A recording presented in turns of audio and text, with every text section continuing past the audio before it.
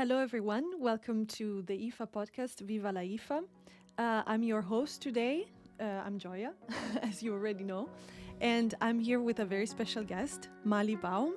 Welcome, Mali. Welcome. Thank you for having me as well.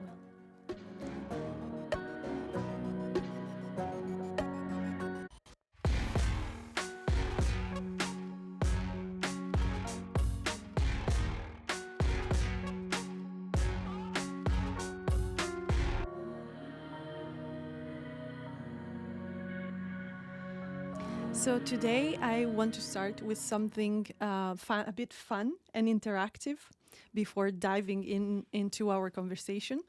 So I have a whiteboard with me and I would like you to draw something that represents you and what you do. Ready? Absolutely. So to map it a bit, yeah? So I would say female entrepreneur. Okay. On purpose, I'm saying here female. Yes. Serial entrepreneur. I want to see a lot of social impact in what I'm doing. My topic is absolutely impact investment. I love to be involved in the public sector because not everything the private sector can move the needle or make a difference alone. So combine the public and the private. Yep. And very much be an executor and not a talker. When it comes to the startup ecosystem, the corporate innovation, the venture capital's world, it's absolutely talking about scaling up startups and see more success coming from Germany, covering Europe. Other big and important hat that I have on top of IFA is from January, I'm a board member for the European Commission, European Innovation Council. This is the European Commission Fund, which definitely having me seeing a bigger picture of where we go innovation-wise, investment-wise, excellence in innovation, and all dots are coming together for a big mission and goal to see more diversity and more successful stories in the tech industry. Okay, perfect. I'm going to show this to the camera so our viewers can see. It's unfinished for sure. But And I think this is a great way to visualize a bit your work. But now I'm going to also ask you to properly introduce yourself for our listeners who don't know you. So my name is M Baum, and I'm very proud to sit here today and say that I'm the chair board of the IFA Next. What I think we believe that in IFA, IFA is celebrating 100 years this year, which is a very, very special momentum. But on the same time, how we take this old and strong and very rich industry and connected it more into the startup ecosystem. Because even if I will drop names here for the biggest corporates, each one of them has their own fund, their own innovation center. So nevertheless, they will never survive without adopting innovation. And I think this is exactly what IFA Next will show. So rather than this, of course, I'm a serial entrepreneur. I'm a founder of W Lounge. W Lounge, the W is always belong to women, but the guys are always welcome. We are connecting startup and investors and VCs and all layers of what we call the ecosystem, from university to public sector, private sector, to really move the needle and scale up our ecosystem. When it comes to diversity, when it comes to knowledge, mentorship, we have the Women Leadership Program and so many layer of, I would call it, tools that we built through the years. But the superpower is the network. The superpower is the community that I wish I had that when I started, when I was 26 with my first company, that I can call someone, I can be involved, I can be part of something bigger than myself to get the access to the growth and, of course, the fundraising that I need for my own company. Perfect. Thank you for the introduction. Now I would like to continue with some rapid questions just to get to know a bit better. So, first one. what's your favorite book or movie about entrepreneurship? It's a good question.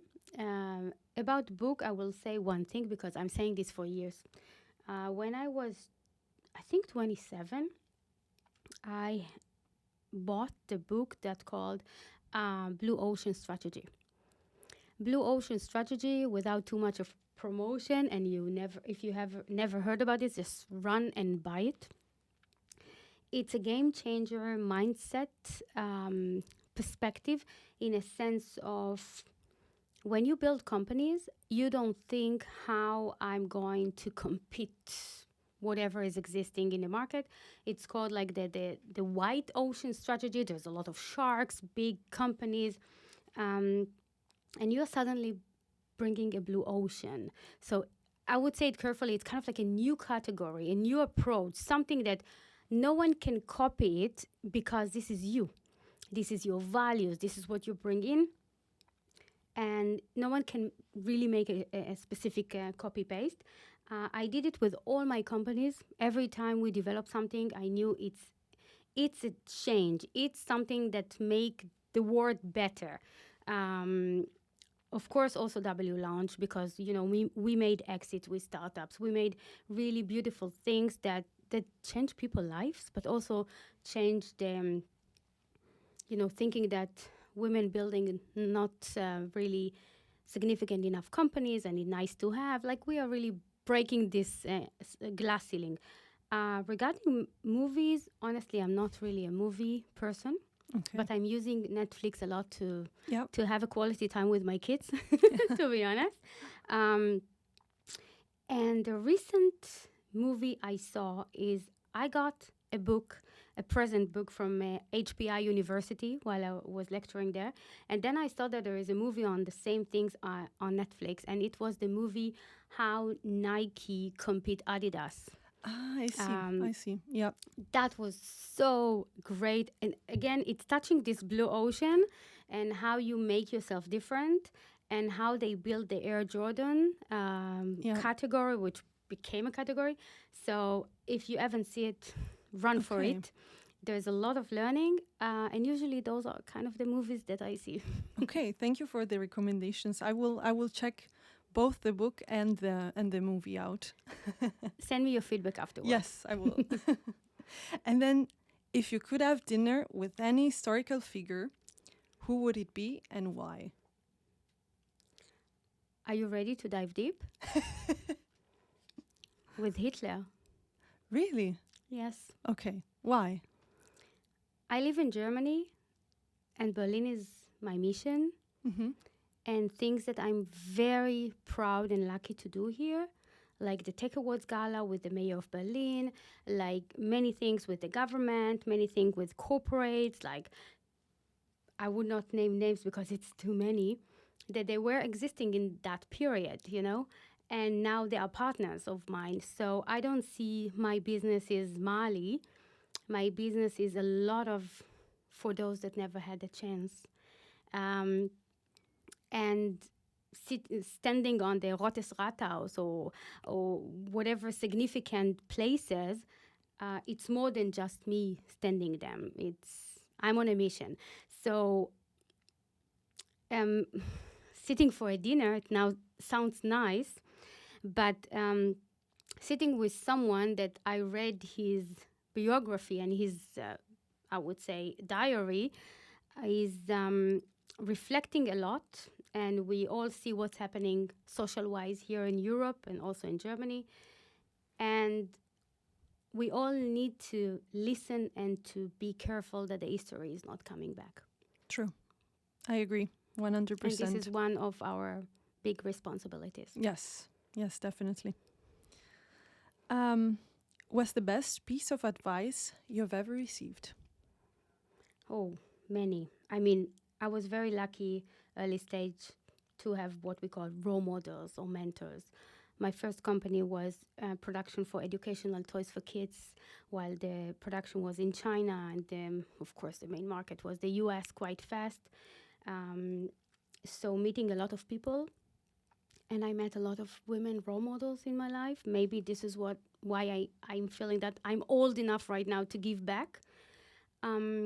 So the biggest professional and private advice was with, I would say, all the ladies, because back then I looked at her, she was very old, but she probably was, I don't know, a bit more than what I am where I am right now.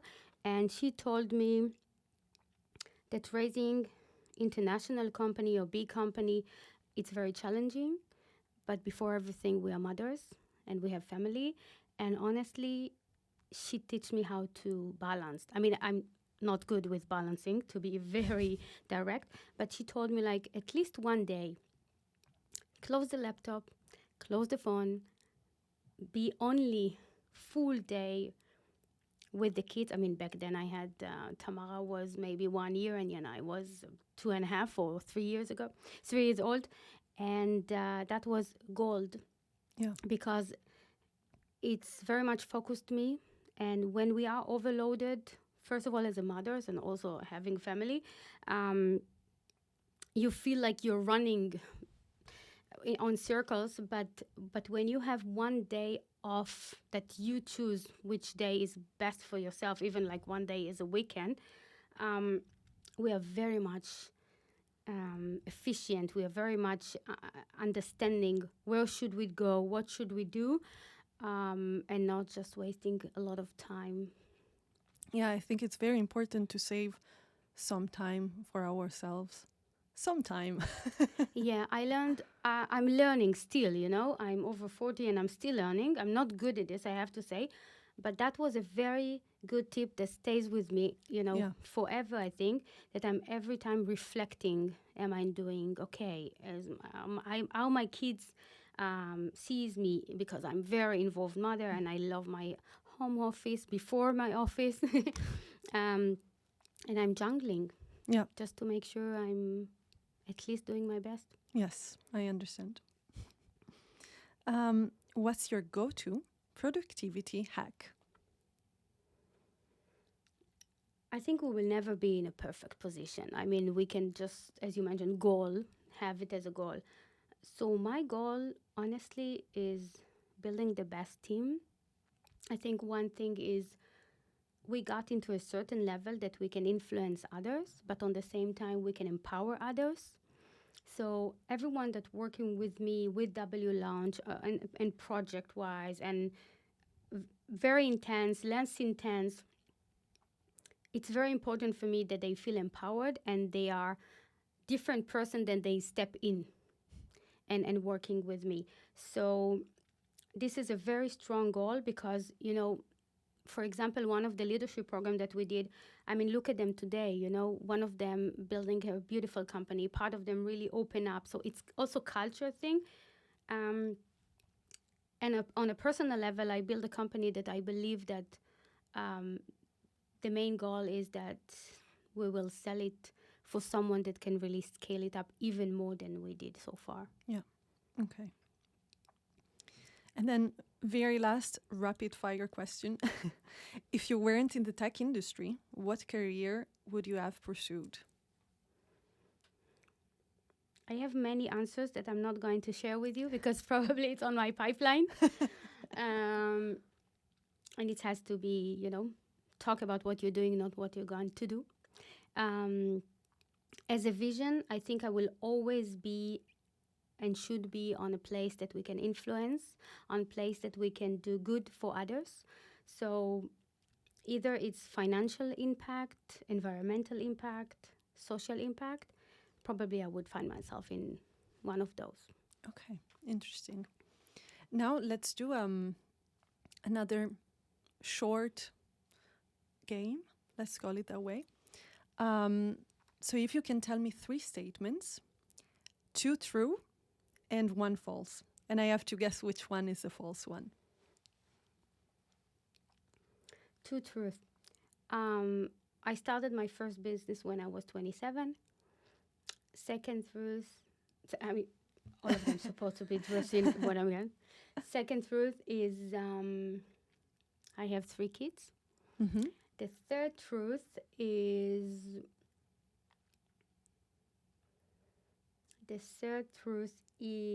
that I lived in Silicon Valley. Okay, but they are all true, right? Okay. Okay. I mean, you need to find out which one is not. Okay, okay. I think the first one is true, that you started your business early. I think all of them. Hard. Maybe the last one, the Silicon Valley one, is false. Yes. I mean, Good. everyone think that I live there, but I actually work there very intensively. Yes, Okay, so I got it right. you got it right. Good. Yes. And then now I want to ask you to know a bit more about your journey.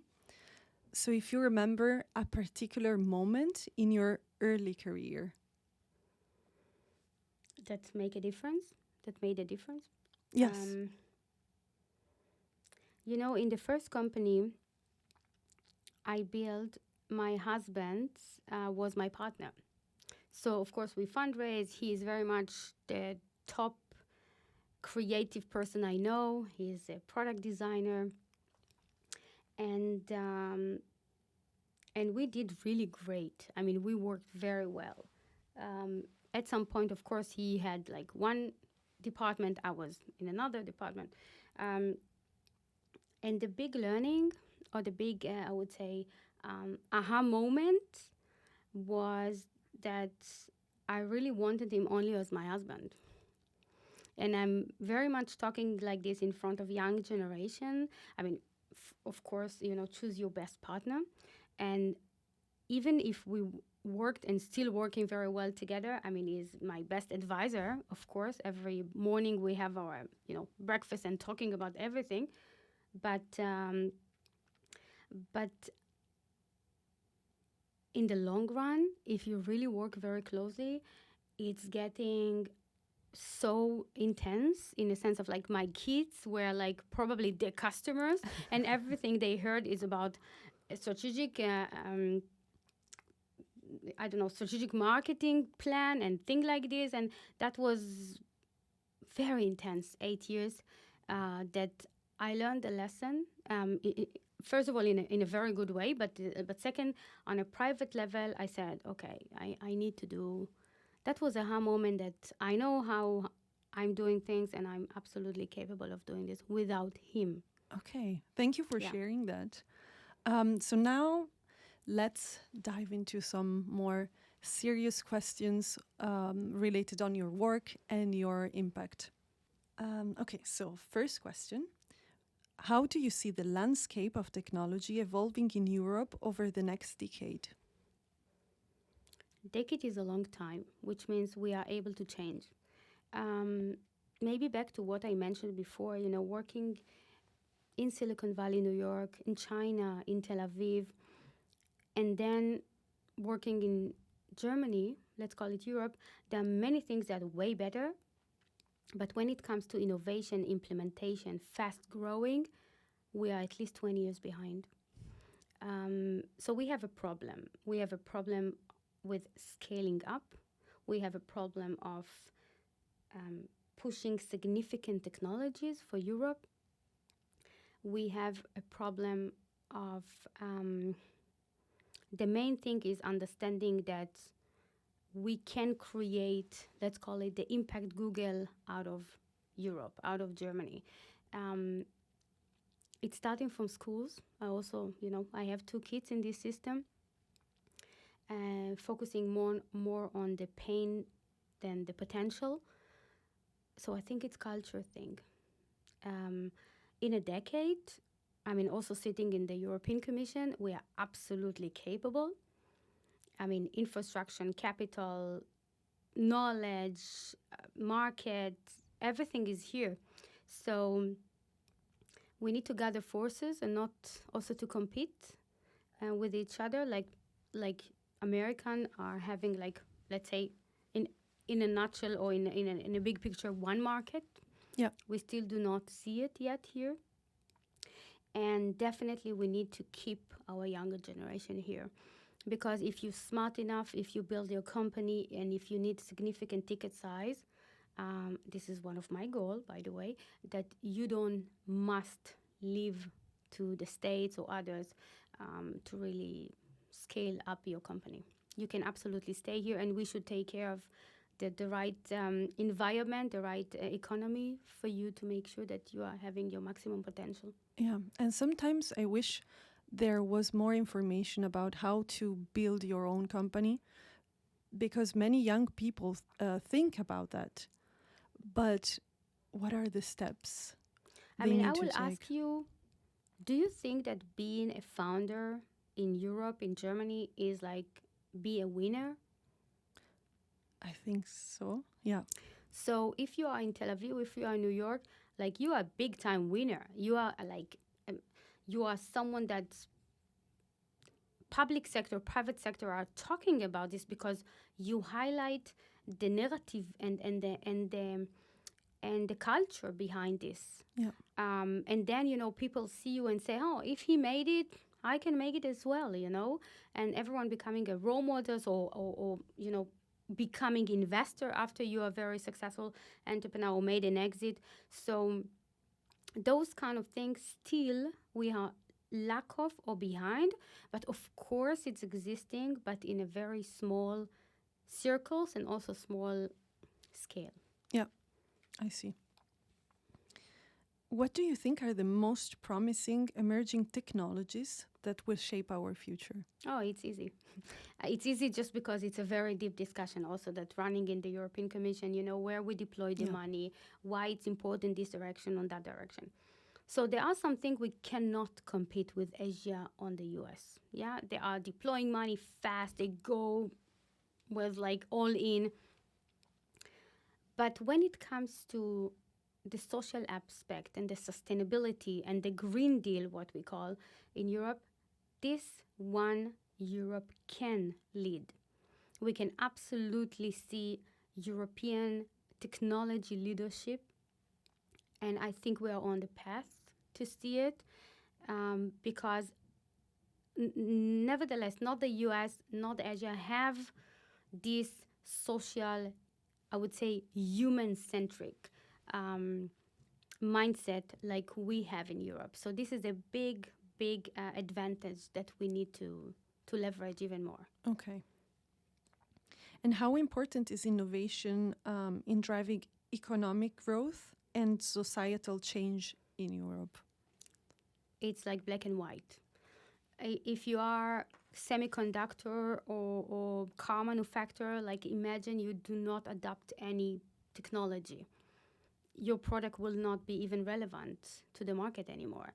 Like I would not name on purpose, but I have a lot of conversation with them. We're doing a lot with the car or automobility industry. And they do understand it's not about the car anymore.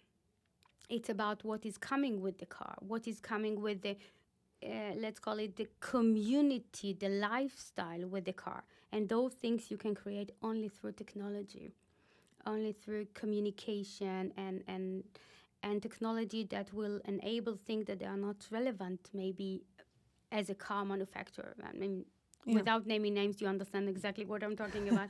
And one thing to mention as German, because we are a leader in this category, we should stop being a follower. We have all the options, abilities to lead, definitely in this industry, also others.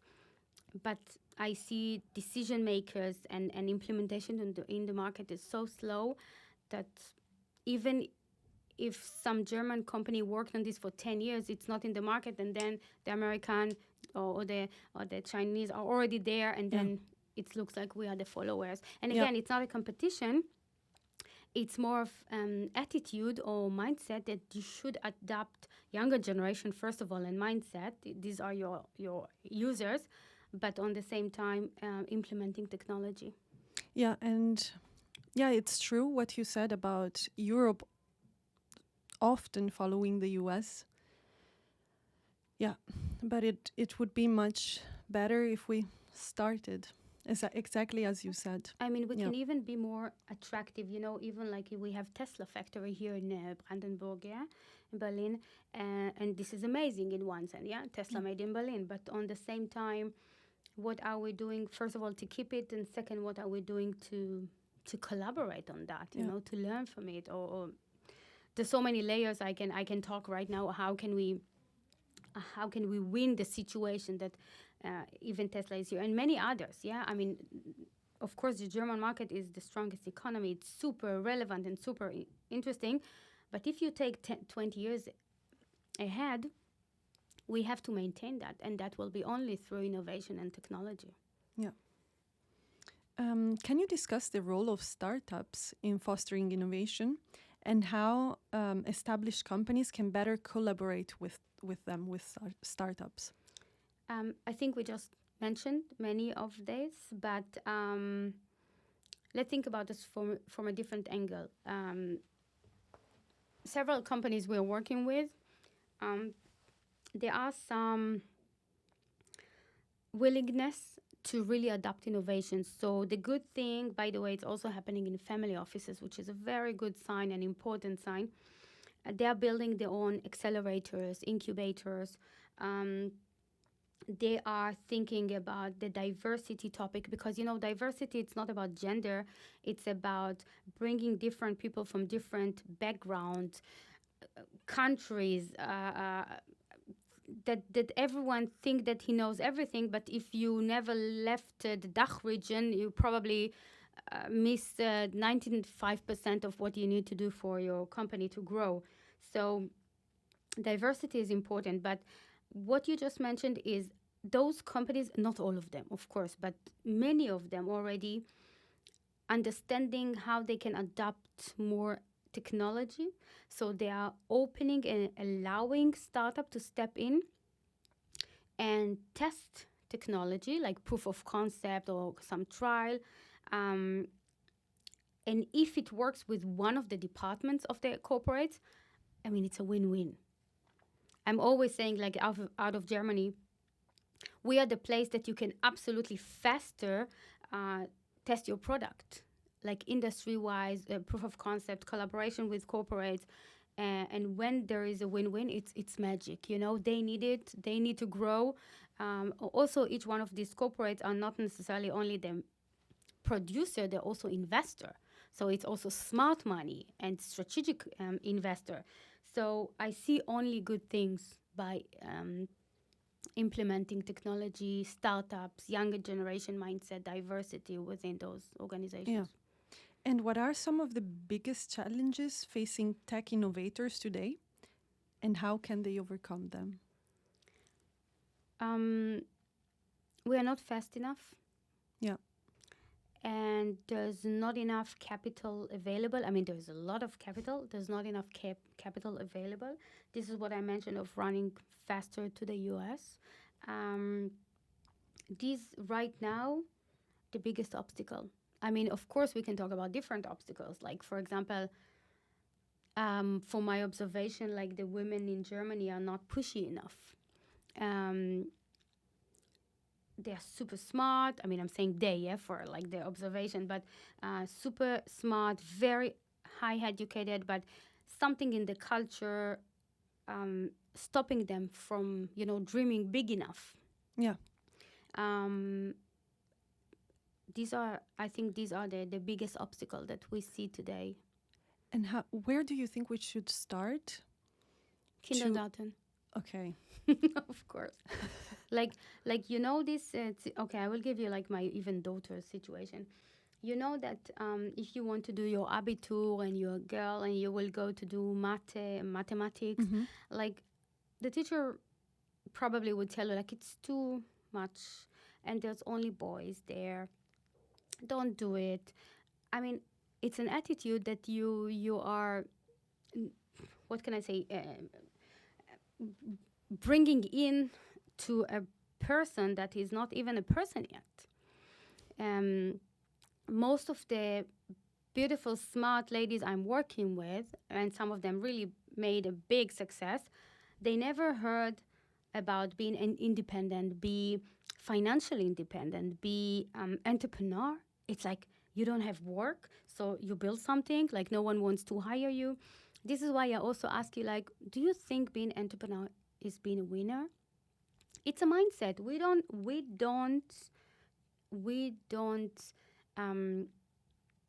bring them into this position, like people want to go to the safe zone, be risk averse. Again, it's totally fine, but we need more of crazy doers and dreamers to be more successful, more significant ecosystem. Yeah, more innovators. More innovators. Yeah. Related to that, why is it crucial to support female founders and diverse teams in the tech industry? I mean, diversity, I think I mentioned that in a sense of like, if you are from India, if you are from the US, and you build, let's take an example from yesterday, for example, is someone that building deep tech light that helping your work area that you will be healthier.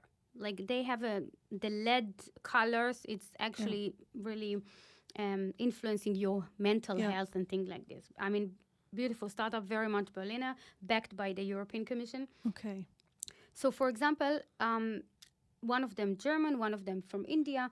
So, for too long, I would say, they are working in their laboratory. They understand the product. Now they need to go out.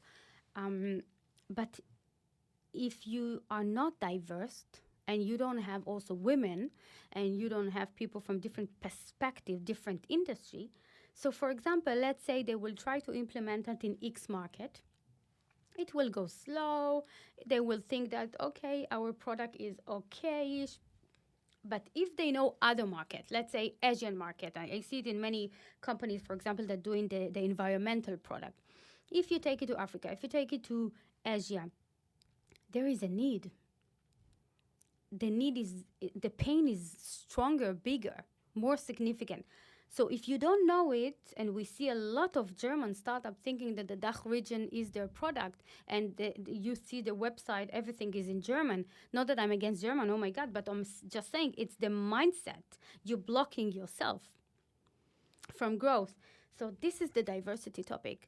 And this is the mapping the world, what is relevant for your product growth and scaling up, and not for your personality, comfortable zone or comfort zone that is feel more familiar to work with local players. And this is eventually what blocking them to be global companies. And do you think we can do something to improve the situation also in older companies? I mean, we are doing this. And all the companies, it's people to people. Business, it's people to people. And all the companies hiring younger generation, and all the companies, I mean, we are old. I mean, we understand the problem and we are changing it. So probably our kids will be smarter and faster, but good organization, good companies understand that, from banking to media and to manufacturing. They understand it, and we see it. I mean, this is also the part of W Launch being there. We also have the Tech Awards Gala highlighting 10 categories, I would say, providing more winners' stories into the market. And all of those open for exactly those, all these industry, because together we can move the needle. I mean, you cannot do it only younger generation, only old generation, only private sector, only public sector. It has to come as a puzzle. How has the landscape for female entrepreneurs changed over the past few years? Did you see any specific change in Europe? Do you want me to focus in Germany or in general? Let's focus on Germany, maybe. So in Germany, even comparing to Europe, we are very much behind. The numbers are very low. I mean, I don't buy these 40% female founder, all these, let's say, surveys. It's not true. We are the market, we are the field. And if you see the deployment of the capital, it's 2%. Back to East Europe, they have less money, less capital, less infrastructure. You see more female founder. they are much more hustler, doer. On the same time, more and more female founders are getting into the game, by the way, also as a female investor, which is very, very important. It's on us to bring these opportunities. And once you are a female investor, absolutely, it's more relevant for a female founder to talk with you and to feel more comfortable. I mean, nothing new under the sun. But going back to facts, when it comes to finance, when it comes to deep tech, when it comes to technology, when it comes to leading company, we don't have the numbers. It's still very much behind. I think we talk about this also, the educational, the kita, the school, university for sure. There's a lot of things we're doing with universities as well. But I have to say it's culture thing, you know, like as a parent, as a father, as a mother, this is where it starts. Yeah. Like empower your kids, tell them they are capable, and then they will go out and feel capable, you know? I mean, of course we are there, but don't forget we meet them most of the time after university, before they're dreaming of building their own startups, or even in university, starting to build their, you know, team and startup, but their personality is already there, you know? So Germany is not in a good place, definitely when it comes to diversity. And Europe, of course, like if I would say women-owned venture capitals in America, or I would say even like New York, you're getting into 40-something%, Tel Aviv as well. Absolutely, like it's an ecosystem, you know, it's an ecosystem that enable this. And I think, of course, I'm very positive. Like I see the process, it's getting better and better. I think women in Germany has to work together more than what I see. And this will empower the system and the system to support back, because it's all about role models. It's all about success stories that will bring more success stories. And what specific advice would you give to women wanting to start their own business, their own company? I mean, we developed a full language. The W launched their leadership on that. So it's coming from your voice in the industry, your voice, I would say, entering the room, you know, how you even present yourself. And it's the attitude, it's the mission, the vision. You have to be very clear, what do you want, so we can help you. So the big advice is surround yourself with the right people for yourself. I mean, this is the main reason why I built W Lounge, you know, and I absolutely didn't build it alone. There are so many people part of this vision, part of this mission, daily basis. And the leadership program came exactly because what you just mentioned. How can we change it? We developed something, platform, infrastructure for this to be changed. They are stepping in on one level and they stepping out in a totally different level. Very inspiring. Thank you. What motivated you to focus on impact investments and ESG focused, that is environmental, social and governance focused ventures? I think being women, I mean, show me one woman for the whole history that really built something that it's not for helping her family, her kids, her village. It doesn't matter. You think about this, oh, it's so stupid, but it is helping others. It is helping others around her. There are so many small businesses in Africa, you know, they are building something, they are even something with fabric and things like this. They think they do it for others. So I think the impact is built in. I think just with the years, I understand how to talk about this, how to really frame where the passion is. And definitely, I think at the point that I started to see success stories, you know, this is something I can sign on. You know, this is the W launch work. This is the results of what we're building, what we've built, what we nurtured. That was the point that it's clear. And on top of it, those things that you mentioned, I mean, of course, most approaches that I'm getting from boys and girls, like men and women, are touching the diversity, the impact, and product, when you mentioned like environmental and also fintech, that they usually focus on the female topic, like brokerage for women, or buy from women-owned product, think like this. So I kind of like became the magnet for those things, and it's beautiful because it's easier for me also to select the best ones, to really nurture them and to scale them up. So I would say you work with what you have, and with the years I learned what I have, and this is what I have. This is the focus that made me probably who I am. Yeah.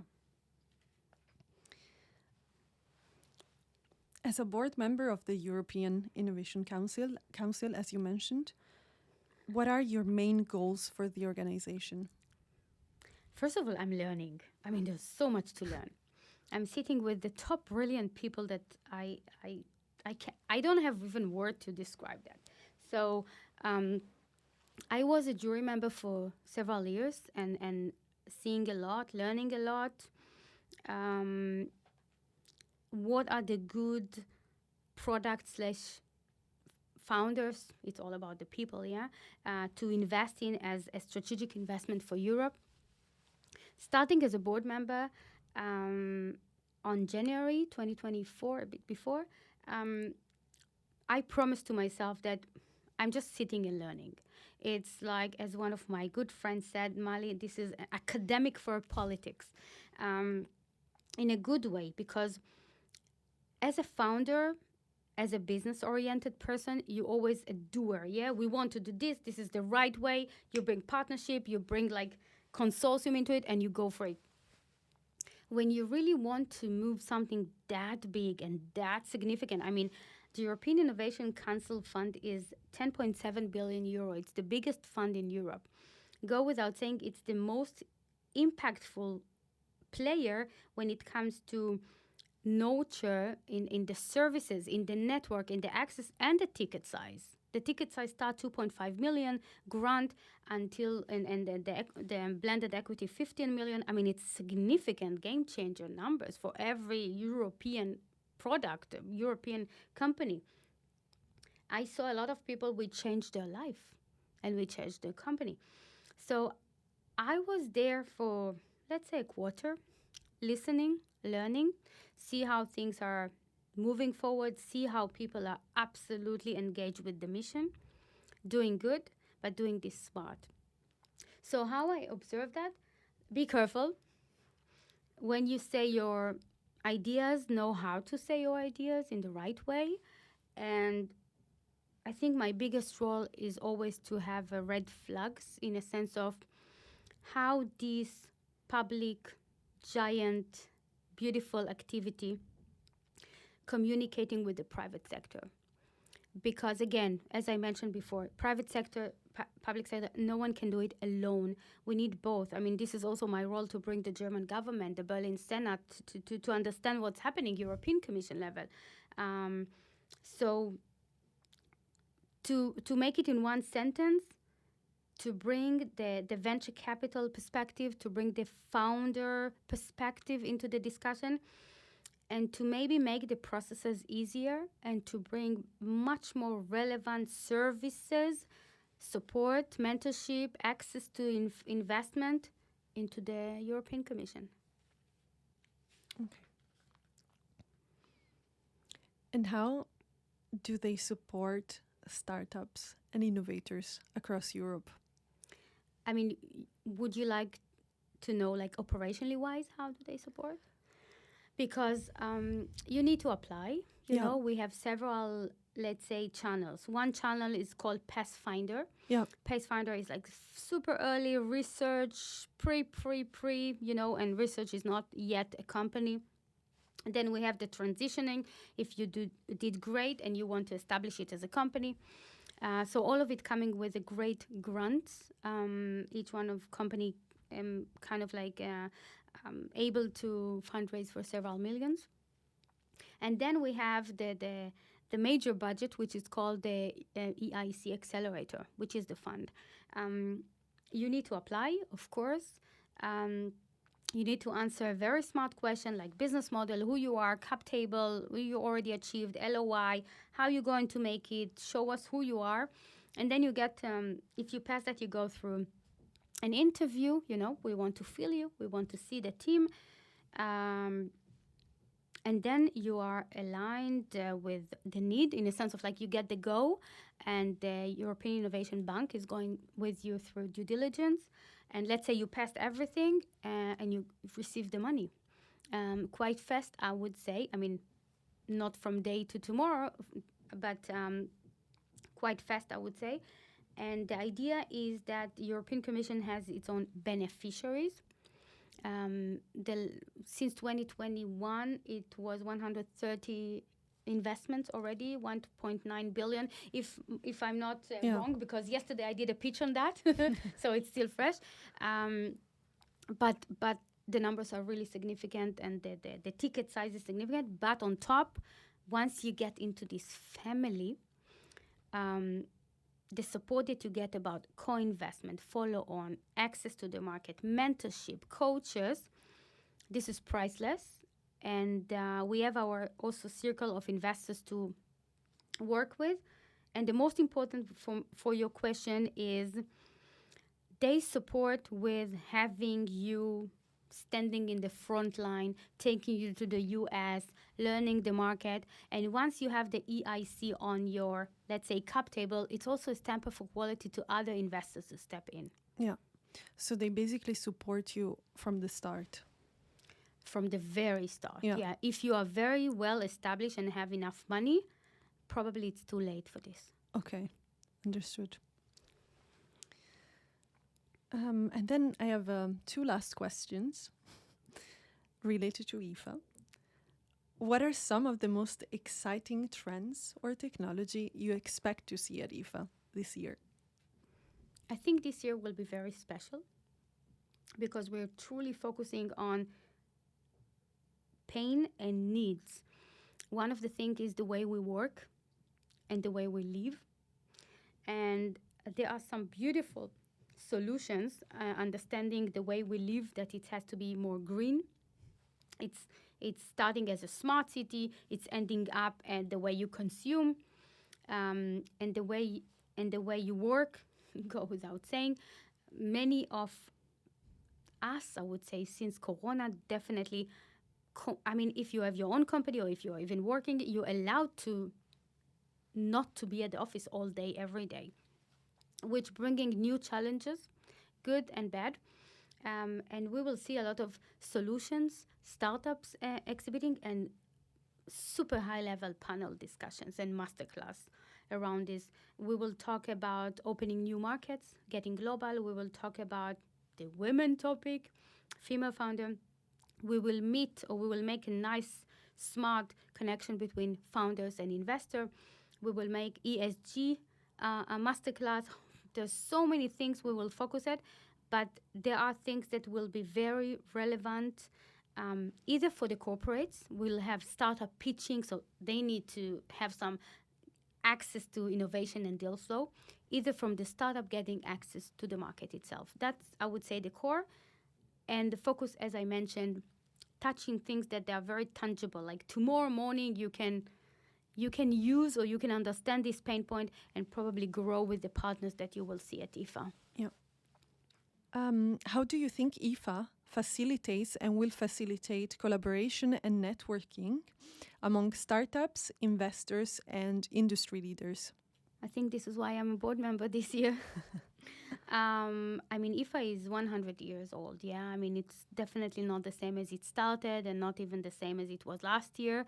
I know that a lot of things change in a sense of even the mapping, the stages, the more interactive way, the more innovative, cool way. So IFA is right now, and definitely IFA Next is all about this networking. I want everyone that buy ticket or exhibit at IFA or came as a speaker or even visitor to feel that it's worth it, to feel that he met the right person for his personal growth or business growth. And it takes a lot of networking and high-level mix and match. So I feel from, of course, the discussion also with the team and the leadership that this year will be very much successful when it comes to the networking and bringing the right people. Okay. Thank you very much, Mali, for joining us today and for sharing your experience, your journey, and your insights. And thank you to our listeners for being here and for tuning in today. Until next time at Viva la IFA. Thank you. Thank Thank you very much.